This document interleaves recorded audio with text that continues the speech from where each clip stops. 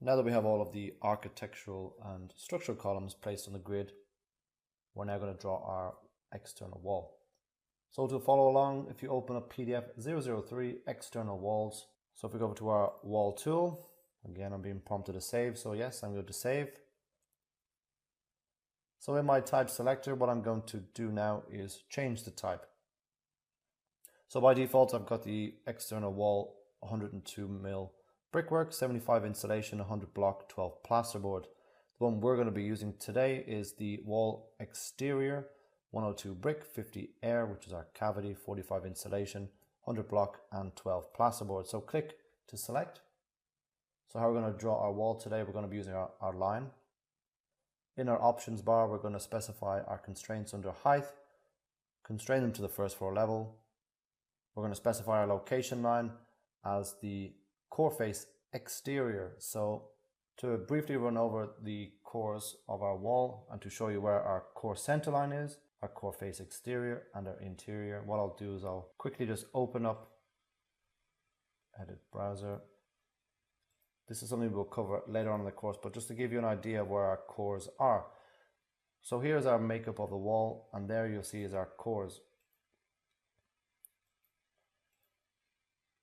And our core boundaries are positioned around our main structure, which is our concrete block.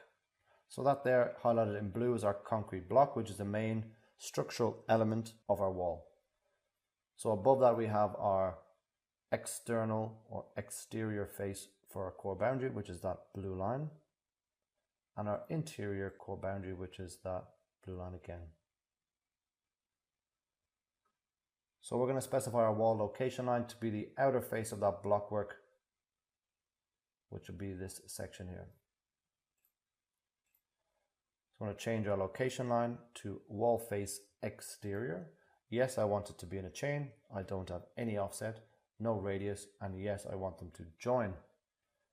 So to get started, I'm going to come down to grid line F3, attached to the outer corner of that architectural column. Click once to start.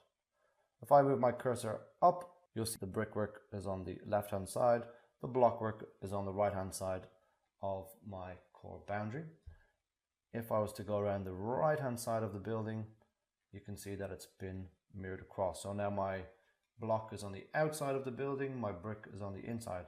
If I wanted to run this way around the building, I could just simply press spacebar to flip it. But I'm going to go back and run around in a clockwise manner. So coming up and just clicking on the bottom left hand corner of this column, again, bottom left hand corner. When I get that square symbol, that is my snap symbol. So I know that I'm attaching to the edge. So I'm going to run right up to grid line 2, leaving the columns on the left hand side for now. Come here across, down, and just follow what's on the PDF.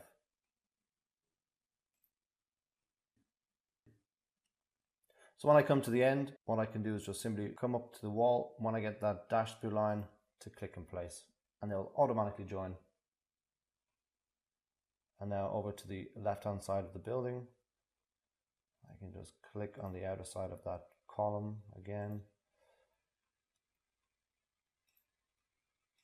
And place, and you'll see that they'll automatically join together, and again the block work will run straight through the brickwork going to the next boundary, which is the block again. This is something that we will repeat again and again. And there's our external walls placed. Again, we can use our 3D view to check it out.